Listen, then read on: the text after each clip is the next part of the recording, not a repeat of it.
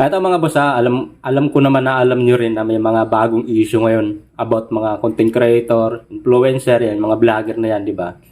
Eh, itong ang nagtaka ako, si Kong TV at saka si B. Cortez na na-issue nga sila na sinabihan sila na scammer daw ni Bernadette Smith, di ba?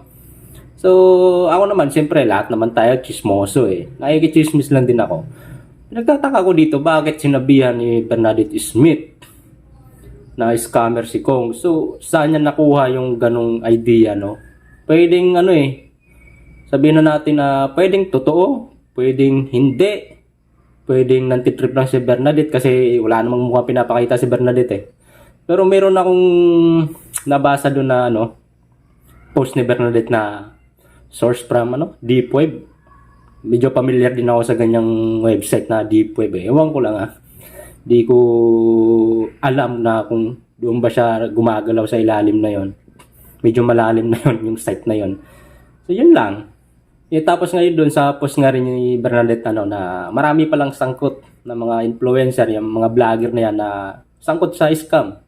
Ano ba? Yung tinatawag na sinasabi niya na scam company.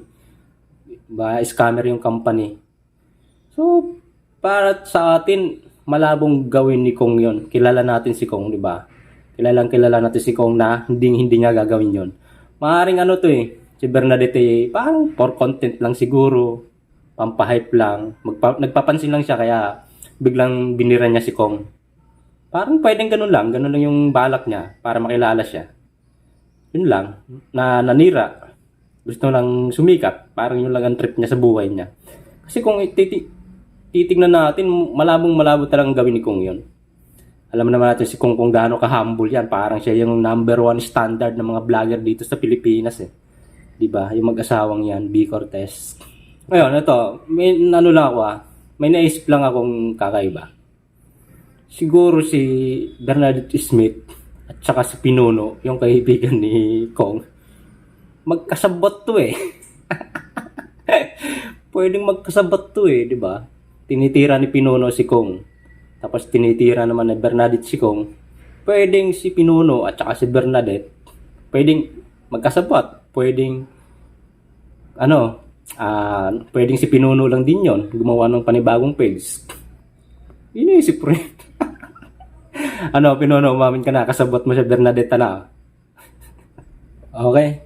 So, yun nga about Bernadette. So, dati kahapon nakakapag-comment pa ako kay Bernadette. Ngayong araw na to hindi na ako makapag-comment. So, parang anong ginawa niya? Parang binalak yata niya ako dun sa comment section na bawal ako mag-comment sa post niya. Hindi ako makapag-comment eh. So, din kasi ako dun, bumanat din kasi ako sa kanya eh. Ganun. At saka dyan sa mga followers ni Kong, wag kayong maniniwala doon kay Bernadette na yun. Yun ay lang yun, for content lang ni Bernadette yan, pampahype lang. Papansin lang, yun lang. Gusto lang makakilala, gusto sumikat, di ba? Yun lang. Isipin mo naman, di ba, from 32,000 followers, naging 40 na siya.